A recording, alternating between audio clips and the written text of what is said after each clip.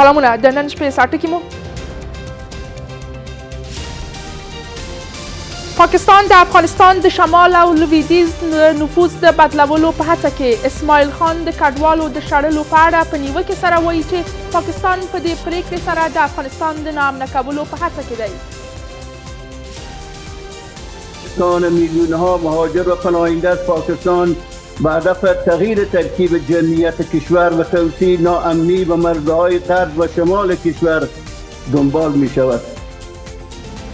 پر طالبانو د فشار په نه راوړلو د کرزي ټینګار. پخوانی ولسمشر وایي طالبان د خبرو پر اړتیا پوهیږي. تغییر بسیار عمده در زندگی مردم نیاورده، بلکه برعکس فقر و تنگ دستی مردم را بیشتر ساخته و مردم را از خصوصا خانما را از مکاتب و پانتونها محروم ساختند. د ژمنو په نه عملي کولو د طالبانو تورنېدل. د بخښنې نړیوال سازمان وایي طالبانو په ښکاره توګه د بشري حقونو له ټولو قوانینو سرغړونه کړې ده. زنها در یک انزوای اجتماعی فرو رفتن و متاسفانه زنان و دختران نمیتونن از حق کار و تحصیل خود استفاده کنند. او د حماس لخوا د 20 یرغمل شویو د خلاصون په بدل کې 48 ساعته اوربند. قطر وایي له 4 ورځني اوربند تر یوې کچې سرغړونه شوې، خو د دواړو لورو ترمنځ شوې هوکړې ته یې زیان نه دی رسولی.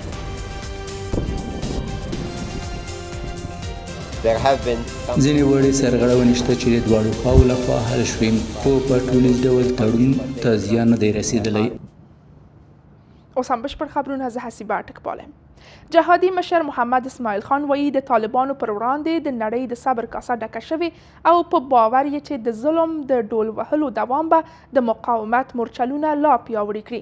نوموړي چې د هرات د امنیتي خبرو په 2مه ورځ یې خبرې کولې، له نړۍ وغوښتل چې د بین الافغاني خبرو زمینې برابرولو ته دې پر طالبانو فشار راوړي. د تېرې ورځې د غونډې خلاف په 2مه ورځ هم د ملګرو ملتونو د ځانګړي همغږي کوونکي فریدون سنرلي غلو د راپور په اړه بېلابېل غبرګونونه وو. ځینو په یو ډول له دغه راپور ملاتړ وکړ.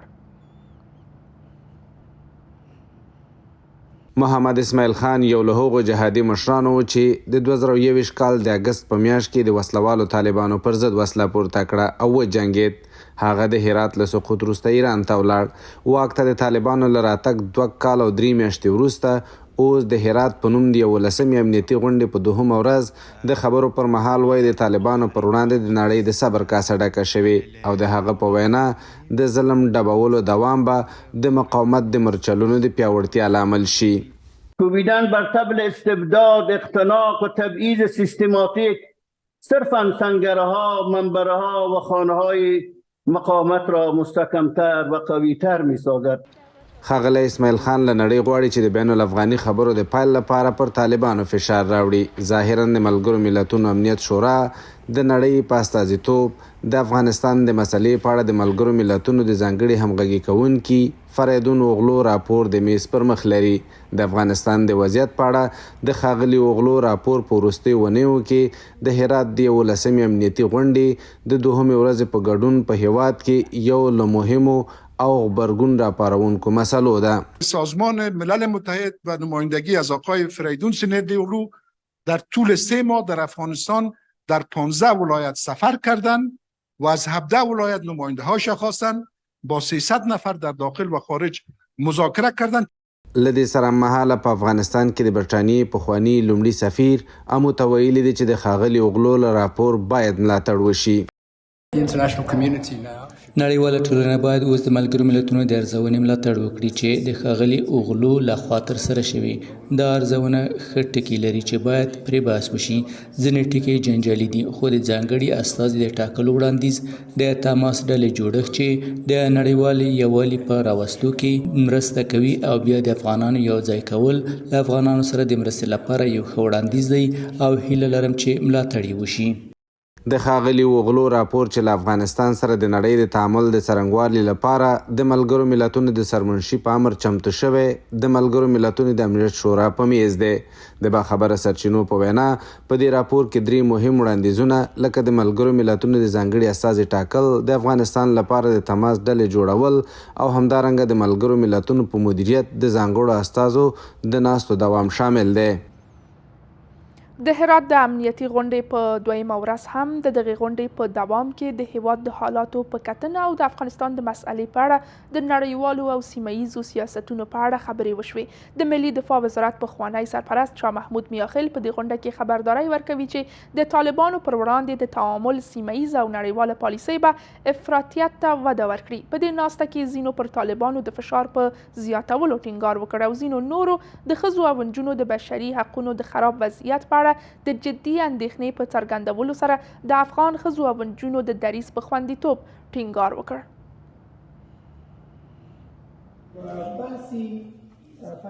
د طالبانو تر ادارې لاندې له افغانستان سره د نړۍ او سیمې تعامل او د هیواد راتلونکی یوه مهمه مسئله چې د تاجکستان په پلازمینه دوشنبه کې د هرات د 11مې امنیتي 2 ورځنۍ غونډې په دویمه ورځ پرې خبرې وشوې. د دفاع وزارت پخوانی سرپرست شاه محمود میاخیل د دې غونډې په یوه برخه کې خبرداری ورکوي چې له طالبانو سره د سیمې او نړۍ تعامل به افراطیت وهڅوي. پالیسی تعامل منطقه و دنیا باعث عظیم میشه که افراطگرایی دیگه تشویق شده در منطقه و رشد کنه. از این خاطر که طالبان نه ارادی از این داره و نه ظرفیتی از این داره که با همه گروپای افراطی منطقه جنگ کنه. په دې غونډه کې په انګلستان کې د افغانستان پخوانی سفیر هم له نړۍ پوښتنه کوي چې ولې په داسې حال کې چې طالبان غوښتنې او معیارونه نه پوره کوي له هغوی سره تعامل وشي.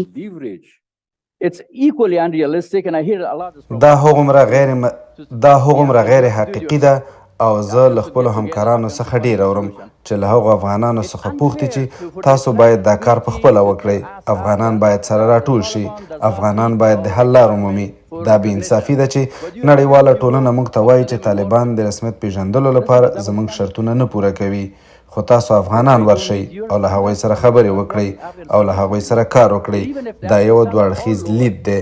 که دوی ستاسو معیارونه نه پوره کوي نو ولې باید زموږ معیارونه ټیټ شي؟ په دې غونډه کې یو شمېر کسان په هیواد کې د ښځو او نجونو د بشري حقونو د ناوړه وضعیت په اړه اندېښنه لري. در لحظه کنونی 5 تا از فعالین زن را در زندانهای طالبان داریم و این نشان دهنده ای هست که با وجود تمام سرکوبی ها، با وجود خریدن مبارزاتشان به قیمت زندانی شدن، باز هم به این مسیر ادامه دادن. په یاد غونډه کې د احمد مسعود په مشرۍ د مقاومت جبهې د بهرنیو اړیکو مسئول وایي پر طالبانو باید لا ډیر فشارونه پلی شي. فشارهای بر سر طالبان بیاید، یا ای که تن به تن به خواسته های و مطالبات مشروع و بر حق مردم افغانستان، یا این که با این فشارها ما به یک مرحله پسا طالبان برسیم.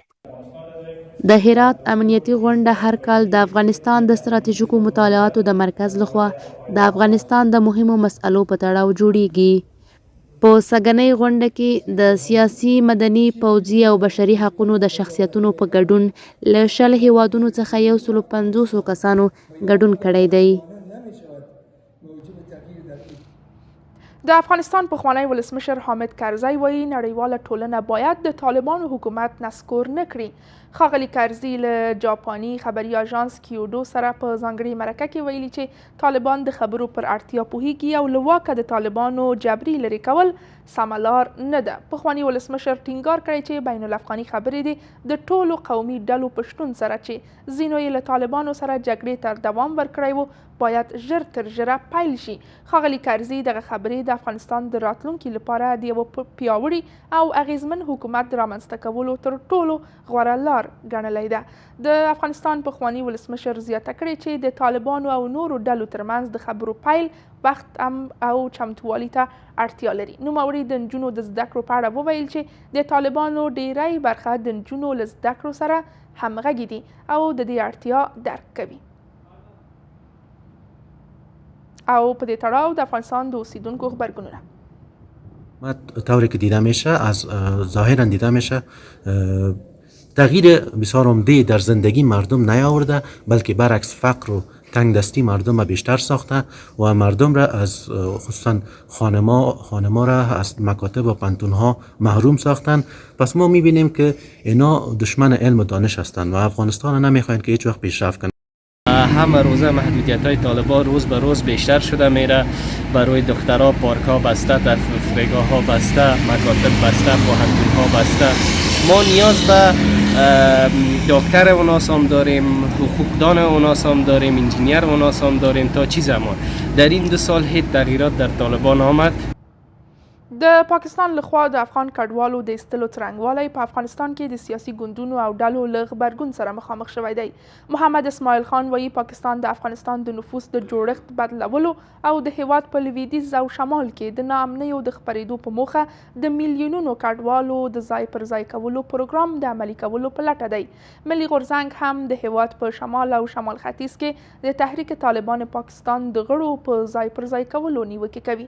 د ISI پخوانی مشر وایي د افغان کډوالو د ایستلو پریکړه د دغه هیواد پاوز کړې ده. له بلې خوا د پاکستان د کورنیو چارو وزارت خبرداری ورکړی چې که د قانوني اسنادو لرونکي کډوال هم کاندیدانو په ټاکنیز پروګرام کې ګډون وکړي له پاکستانه به وشړل شي.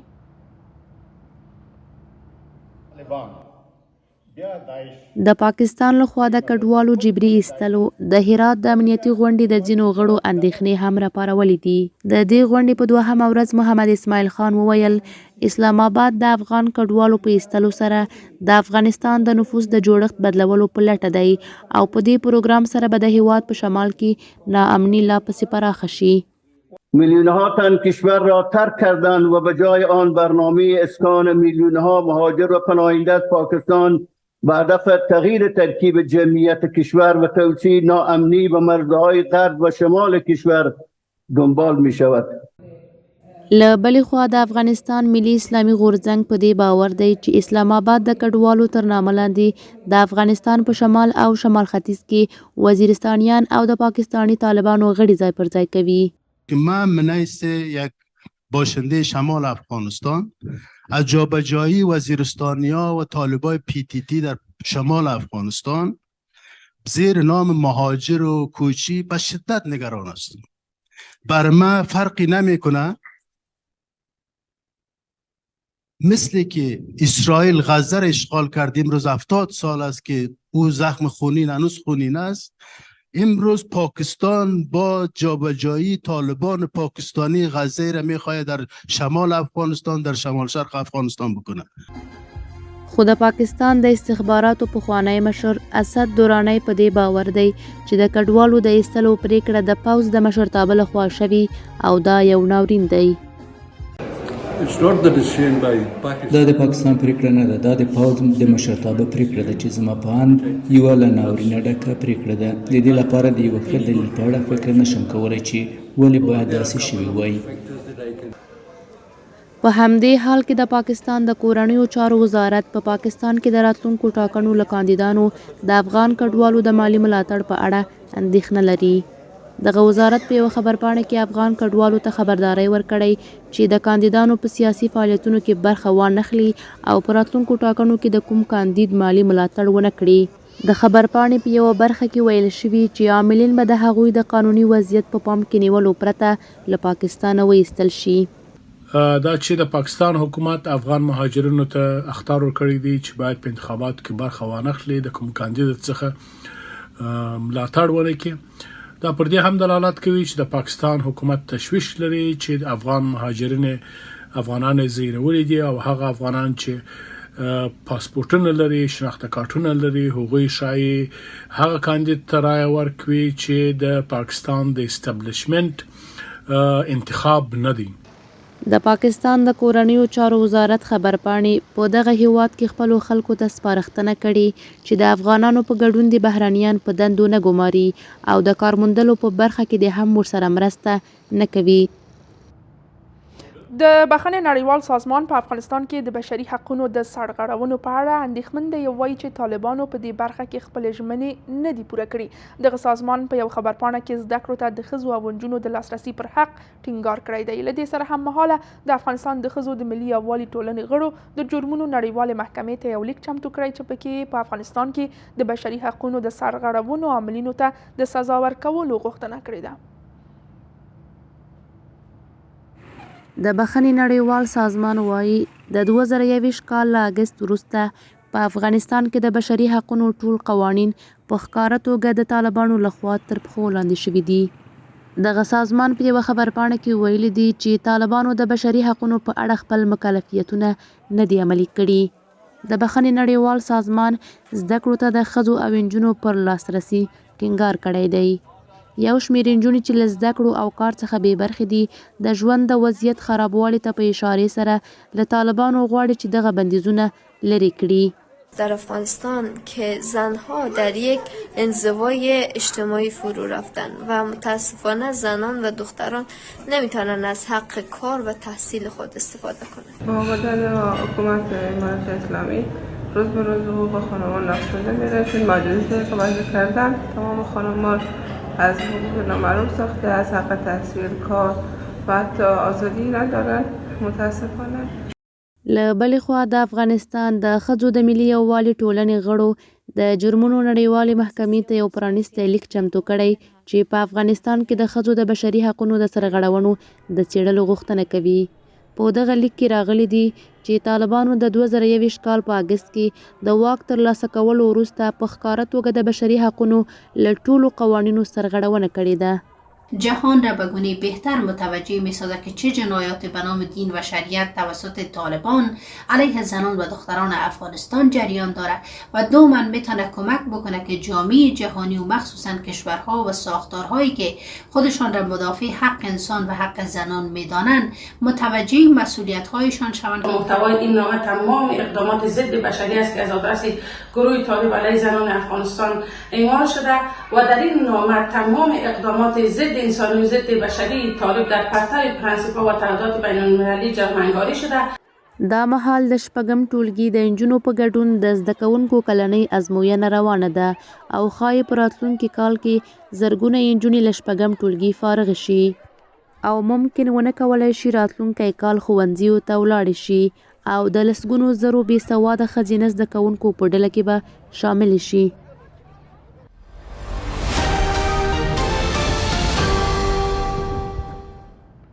او څو لاندې اقتصادي خبرونه مو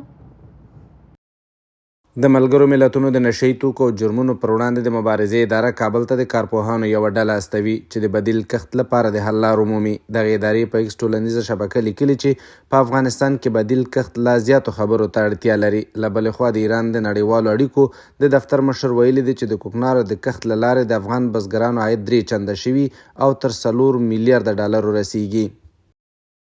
د طالبانو تر ادارې لاندې د مرکزي بانک یو پلاوي د هدایت الله بدري په مشرۍ بحرین ته سفر وکړ. د دغه بانک په خبرپاڼه کې راغلی دی چې د طالبانو تر ادارې لاندې د مرکزي بانک د مشر سفر موخه د اسلامي مالي بنسټونو د اسلامي پراختیایي بانک د محاسبې او پلټنې د څانګې په کلنۍ غونډه کې ګډون دی. د اسلامي بانکدارۍ په برخه کې نوي پرمختګونه، د اسلامي بانکدارۍ پراختیا او د هیوادونو د مرکزي بانکونو ترمنځ د اړیکو پیاوړتیا، د اسلامي بنسټونو د محاسبې او پلټنې څانګې او د اسلامي پراختیا بانک د کلنۍ غونډې مهم ټکي دي. دا اداره د 1991 کال په فبرورۍ کې په بحرین کې رامنځته شوې چې د مالي بنسټونو ترمنځ د همکارۍ د تړون په موخه جوړه شوه او اوس مهال 100 غړي لري. د آمو سیند د نفتونو په ساحه کې د طالبانو لخوا د تیلو 8 نوې څاګانې پرانیستل شوې. د طالبانو د رئیس الوزرا اقتصادي مرستیال عبدالغني برادر په سرپل ولایت کې د دې پروژې د پرانیستې په مراسمو کې ویل چې په دې ولایت کې به د یو لوی روغتون د جوړولو، د سړک جوړولو او د اوبو د لیک د بند په ګډون یو شمېر پروژې ګټې اخیستنې ته وسپارل شي. تمه کېږي چې د آمو سیند د نفتو د 8 څاګانو په فعالېدو سره به د نفتو په ورځني کیندنه کې 800 متره مکعبه زیاتوالی راشي.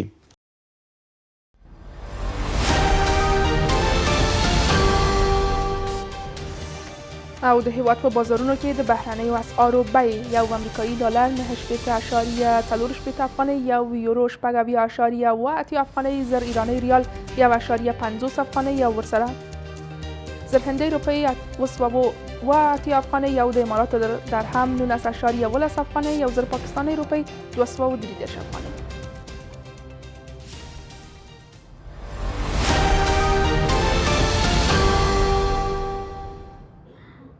په غزه کې د اوربند سرغړونې راپورونه چې د سې شنبې په ورځ د 2 ورځو لپاره غځول شوی دی خپاره شوي دي. قطر ویلي دي چې سرغړونه کوچنۍ وه او ټول تړون یې له ګواښ سره نه دی مخامخ کړی. حماس په پام کې لري چې د چهارشنبې ورځې تر پایه 20 تنه اسرائیلي یرغمل شوي آزاد کړي. د اسرائیلو او حماس ترمنځ موقت اوربند د 2 نورو ورځو لپاره وغځول شو. قطر اعلان کړی دی چې حماس به تر راتلونکو 48 ساعتونو پورې 20 اسرائیلي یرغمل شوي خوشي کړي. د راپورونو پر بنسټ حماس اوس هم شاوخوا 173 اسرائیلیان په بند کې لري. د موقت اوربند د مودې له غځولو سره هممهاله اسرائیلي ټانکونو د غزې ښار په شیخ رضوان سیمه کې یو هدف په نښه کړ چې تر اوسه د دغې پیښې په اړه د تلفاتو راپور نه دی ورکړل شوی. ځینې وړې سرغړونې شته چې د دواړو خواو لخوا حل شوې، خو په ټولیز ډول تړون ته زیان نه دی رسېدلی او تړون لا هم پر ځای پاتې دی. د غزې په تړانګه کې خلک له جګړې ستړي شوي او د اوربند غځولو د دوی کړاوونه نه دي کم کړي. خلک لا هم له برېښنا، اوبو او د ژوند له لومړنیو اړتیاوو بې برخې دي. که اوربند وي او که نه، موږ تر اوسه برېښنا نه لرو، نه اوبه او نه هم د ژوند لومړنۍ اړتیاوې. دغه سپینږیري سړي د اسرائیلو په بریدونو کې د خپلې کورنۍ 30 غړي له لاسه ورکړي دي. د خپل کاکا زوی مړی چې لا هم د خاورو لاندې دی او د هغه ټول یادونو نوموړی د بربادۍ ته رسولی دی. 2 شیان د دې لامل شول چې دې سیمې ته راشم. لومړی دا چې د کاکا زوی مې لا هم د خاورو لاندې دی او څوک نه دي توانېدلي چې هغه راوباسي. دوهم تر ټولو مهم زما دردونکي یادونه دي. له دې سره د لنډمهاله اوربند غځول غزې ته د نورو بشري مرستو د لیږلو فرصت برابر کړی دی.